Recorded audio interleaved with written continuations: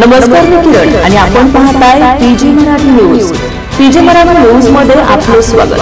पाहूया बातमी सविस्तरपणे। फुलंब्री येथील शांतिनिकेतन विद्यालय येथे आंतरराष्ट्रीय योग दिन साजरा करण्यात आला।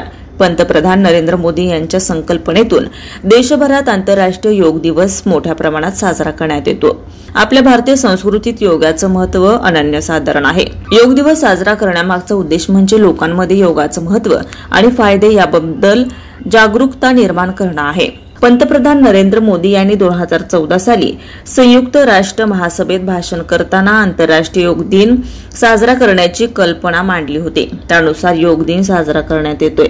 योग दिनानिमित्त योगाचे विविध प्रकाराचे प्रात्यक्षिक करण्यात आले। या प्रसंगी भाजपा जिल्हाध्यक्ष सुहास शिरसाट, माजी जिल्हा परिषद गटनेते शिवाजी महाराज पाथरीकर, भाजपा जिल्हा सरचिटणीस तथा योग दिनाच्या संयोजिका सौ ऐश्वर्याताई अभिषेक गाडेकर, फुलंब्री मंडळ अध्यक्ष सुचित बोरसे, सहसंयोजक बाळासाहेब तांदळे, योगेश मिसाळ, गजानन नागरे, वाल्मिक जाधव, कैलास सोनवणे, अजय शेरकर, बाबासाहेब शिनगारे, अभिषेक काडेकर, योगेश भूमे आदींसह योग प्रशिक्षक, शांतिनिकेतन विद्यालयाचे शिक्षक, विद्यार्थी यांची मोठ्या संख्येने उपस्थिती होती। पीजी मराठी न्यूज चॅनलसाठी प्रतिनिधी जगदीश बलांडेसह प्रवीण खंडे, फुलंब्री, छत्रपती संभाजीनगर। ताज्या बातम्या लवकरात लवकर पाहण्यासाठी पीजी मराठी न्यूज चॅनलला लाईक करा, सबस्क्राइब करा आणि बेल आयकॉन प्रेस करा।